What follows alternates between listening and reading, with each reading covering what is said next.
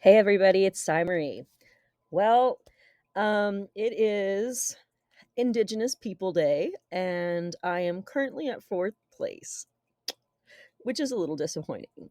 But we still got time that we can will it in, and I can't do it without you though. So I'm on here right now asking you to please go vote, go donate to the Starlight Children's Foundation. As many of you know, and maybe some of you do not, I am the mother of two terminally ill children, so I know exactly what it's like to be the person in the shoes of a caregiver and being a parent watching your child go through those kinds of things. So it's really something that I understand, but I'm also an avid lover of Halloween and I'm quite creative, which is the reason why I'm here. It would be so great if you could support me, a disabled creative who is 90% deaf, believe it or not, and makes all of her money from writing she does and the products she creates online. You would be really doing me a tremendous favor here by helping boost me to the top to make me one of the national finalists. And I know there's a lot of people in the competition who are obviously deserving. We all are. However, if I win the $13,000, it doesn't just go for me. I have aspirations to be like Dolly Parton. But again, these are things I can't do without y'all's support.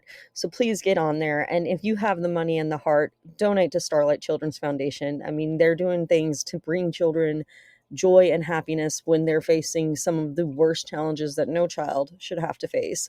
And being the parent watching that is one of the most challenging things because you don't know what to say. But when these people come in with some joy to deliver on, it really makes their day. And we have the power to bring that to people.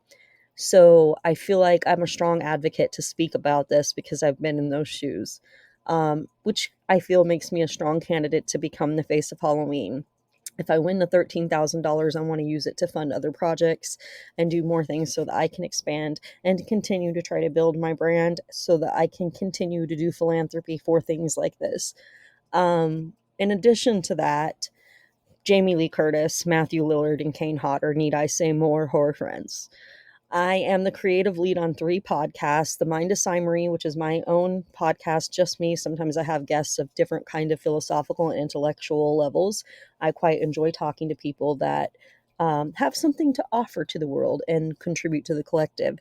And in addition to that, I'm also co-host with my wonderful friend, co-host A.L. Knuckles, also an author of Histories of Horror, which is an interesting true crime, paranormal, supernatural, and then, of course, we talk to different authors sometimes about those kinds of things within histories of horror contexts. Really awesome, fun time. We've really been enjoying that.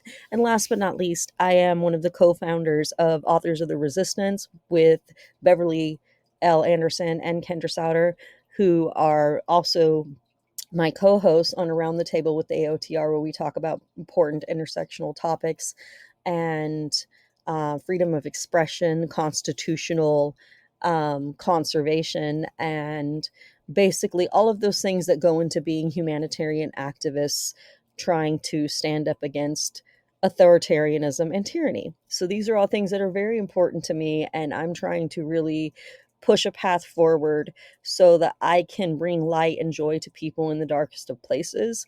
And I think that that's one of the highlights of being a final girl, which I'm sure Jamie Lee Curtis would agree on.